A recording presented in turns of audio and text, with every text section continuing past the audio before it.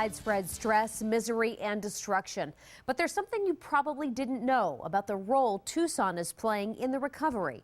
Not on Your Side's Ricky Mitchell shows us how a one-of-its-kind lab in Tucson has a special connection to the crisis. The cord blood registry in Tucson collects a baby's cord blood immediately after birth. Doctors can use the blood later in that child's life to treat diseases such as leukemia. Couriers pick up those samples across the country and send them right here to this lab in Tucson, the only cord blood lab in the country. The lab can store the cord blood for years at an annual cost of about $125, but the shorter the transit time, the better.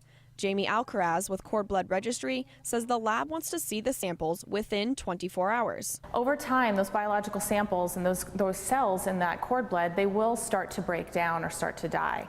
And so we have a good window of time, and we'll process anything regardless of how old it is, but we want it here as soon as possible because more cells are better for those families. Now, if you are the parent of a child born during or just after Superstorm Sandy, and you are surrounded by storm debris and floodwaters, how do you get your child's cord blood out of the disaster zone and have it arrive in Tucson in just a day's time?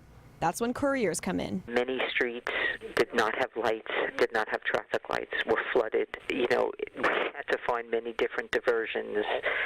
So it was dangerous as well as dark, as well as delays. I mean, every obstacle. Courier Claire Gertz told me the storm did not stop anyone from putting those samples on a plane to Tucson. Nothing will keep us from doing what we need to do to get the cord blood to the bank. And we still got it done. So my takeaway is, wow, nothing's impossible. Ricky Mitchell, KGUN-9 on your side. Fortunately, we can